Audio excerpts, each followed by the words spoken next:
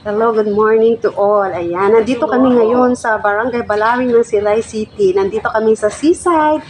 Ayan, pinayagan kami ni Kuya pumasok dito para mag-eksena, mag-picture. Ayan, doon sa mga hindi nakakaalam. Ano ba yan?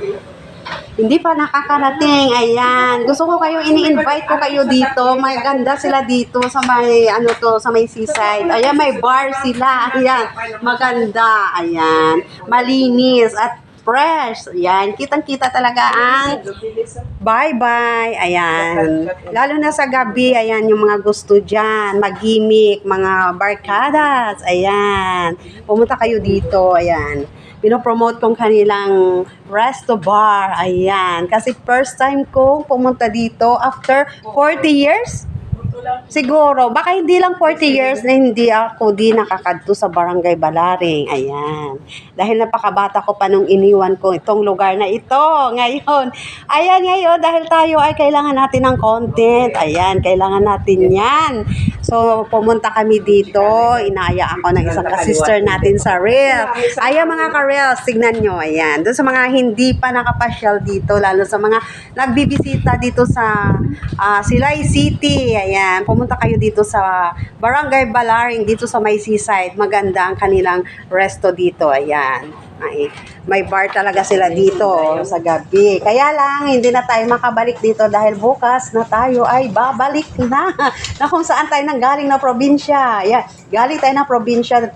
Pinuntahan ko probinsya rin. Ayan. Malay mo. Di ba? Ayan. Hello. Mga taga-Silay. Ayan. Thank you for watching. Ayan, sandali lang.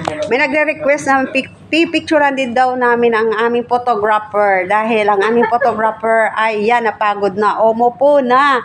Ayan. Hello, photographer. Ayan. Ganda ng paligid. Relax ka lang, Day. Kalma ka lang, Day. Magbibideo muna si Madam. Ganda, promise. O yan, fresh talaga. Ang ganda pala dito, lalo na sa gabi, ano? O lalo na yung mga dyan. Hindi lang yung mga magjojowa, mag-asawa. Yan. Pwede dito mag-date sa gabi. Ayan. Habang gumagawa kayo ng eksena. Punta kayo dito. Yan. Mga bisita, yung mga nagbibisita, lalo na mga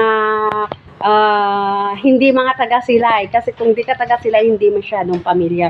So, ini-invite ko sa mga nanunood. Punta kayo dito. Ganda dito, promise. Thank you. Ayan ang aming photographer, oh. Ayan. Siya naman ang bigyan namin ng eksena ngayon.